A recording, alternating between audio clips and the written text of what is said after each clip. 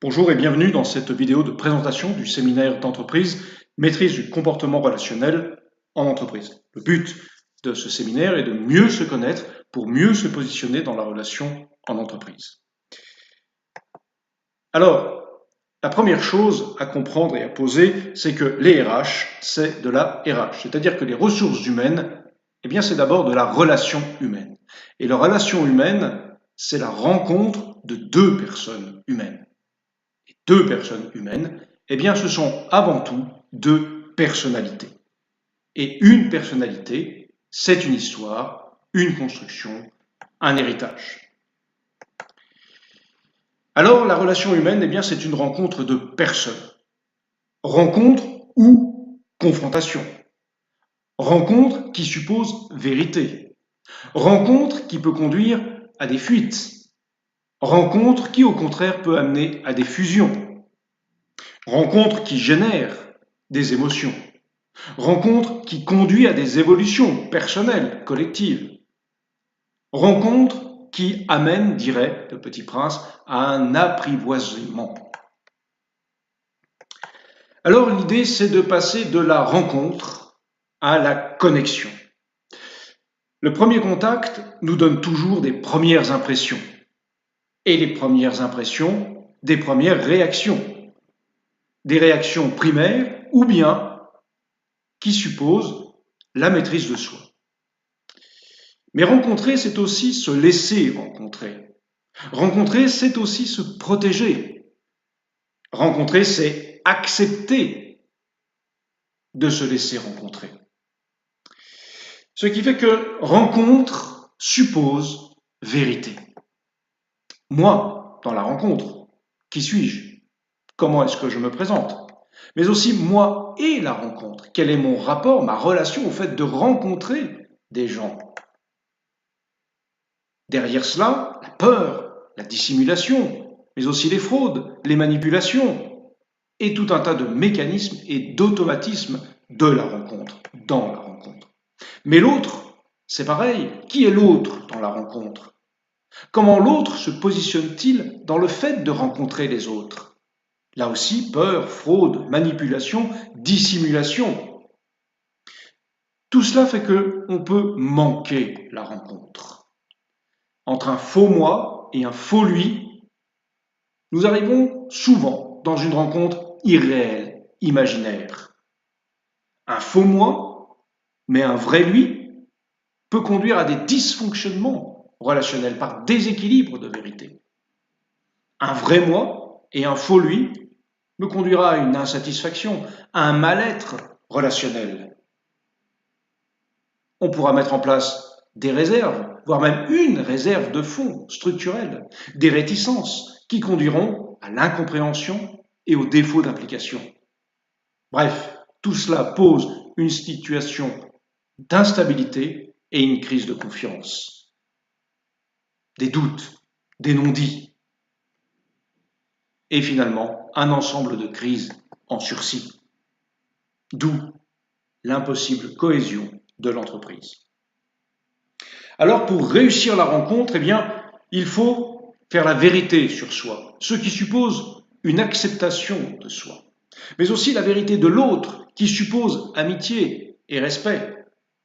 Cela suppose également de maîtriser ses peurs, d'aller au-delà, de comprendre ses propres mécanismes relationnels et ceux de l'autre. Car tout cela repose sur des mécanismes comportementaux. Et il y a deux niveaux dans le comportement humain. Un niveau générique que partage toute l'espèce humaine, et puis un niveau personnel qui est la manière avec laquelle notre histoire nous permet d'utiliser le générique commun à toute l'humanité.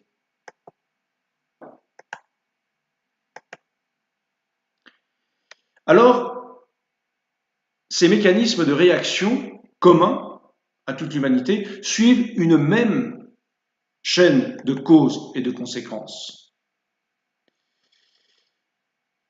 Il y a un ensemble de capacités dormantes qui sont activées en fonction des événements et des rencontres. Par exemple, nous sommes tous capables de peur, mais c'est notre capacité à la gérer qui change. Et la bonne nouvelle, c'est que ces capacités peuvent toutes progresser. Car c'est toujours un comportement personnel. Ces capacités dormantes sont ce que nous en faisons. Certaines sont livrées à elles-mêmes et d'autres ont été travaillées depuis notre enfance. Et cela donne l'impression que nous sommes naturellement plus courageux ou plus audacieux. Alors qu'en réalité, c'est juste une question de pompe pour développer nos capacités. Alors, derrière tout ça se pose la question de se connaître soi-même pour connaître aussi les autres. Car connaître le générique du comportement humain permet de connaître notre fonctionnement, mais aussi celui des autres. Et connaître, c'est être en vérité. C'est donc comprendre, c'est anticiper, mais c'est aussi accompagner. L'être humain se compose de 3 parties qu'on ne peut comprendre l'une sans l'autre. Le corps, par qui tout entre en l'homme grâce aux 5 sens. L'âme, qui est la matrice du générique humain. L'esprit, qui fait vivre tout ça ensemble et plus encore. Le corps influe sur l'âme et l'âme peut perturber le fonctionnement du corps et donc tout le mécanisme de perception relationnelle et le rapport aux autres. C'est tout ce qu'on appelle les somatisations, par exemple. Bref, un corps sain dans un esprit sain, eh bien c'est un équilibre pour l'épanouissement. Ce n'est pas transformé en super-héros, c'est un équilibre pour l'épanouissement.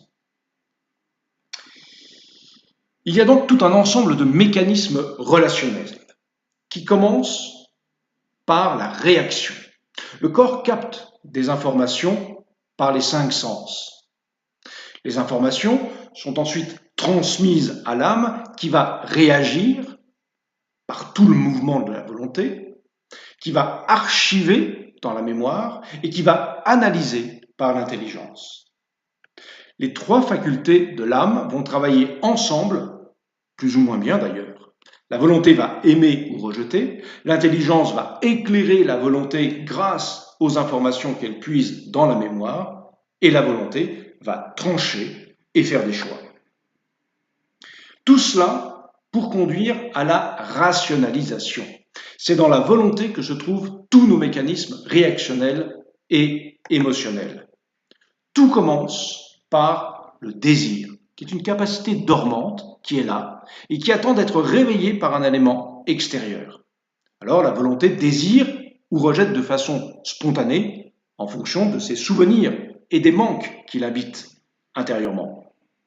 Et l'intelligence, elle, aide la volonté à comprendre si ce désir est bon pour elle ou pas. Et aussi, l'intelligence aide la volonté à obtenir ce qu'elle désire.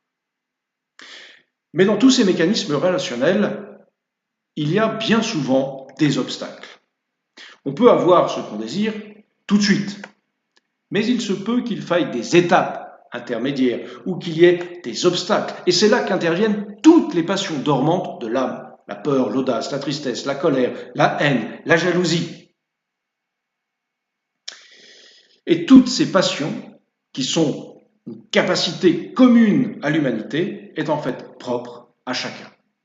Si nous sommes capables de peur, de haine, de joie, de tristesse, de dépression, c'est que cela est une capacité du genre humain. Et nous sommes tous égaux devant ces passions. Mais notre histoire fait que nous sommes plus endurants ou plus opérationnels avec l'une ou l'autre. Mais la bonne nouvelle, c'est que nous pouvons tous travailler sur ces passions pour améliorer notre comportement et donc notre relation aux autres. Il suffit pour ça de faire des pompes, de travailler. Alors gérer son comportement permet aussi de comprendre les réactions des autres. Car connaître ce générique humain permet de se connaître, c'est vrai, mais de connaître aussi l'autre, puisqu'il a le même générique. Et cela permet de mesurer où nous en sommes, nous, dans ce potentiel de réaction, la marge de progression que nous avons et les blocages qui peuvent intervenir. Et cela permet aussi de relativiser nos problèmes et ceux des autres. Bien souvent, on réduit à des problèmes psychologiques, des problèmes qui sont en fait juste un manque d'exercice et d'entraînement sur ces potentialités-là. Et donc un défaut d'entraînement ne fait pas d'un sportif un incapable, ça fait juste un sous-entraîné. Et cela change totalement le regard sur soi, mais aussi le regard sur l'autre, qui est dans la même situation. Alors, maîtrise du comportement relationnel en entreprise, maîtrise du comportement personnel, afin de mieux se connaître, pour mieux se positionner et mieux réagir. Alors, nous vous proposons des séminaires d'entreprise pour débloquer des situations de crise à la lecture des relations comportementales, pour favoriser les relations humaines justement en les comprenant et donc améliorer la compétitivité de l'entreprise par une meilleure fluidité des rapports interprofessionnels.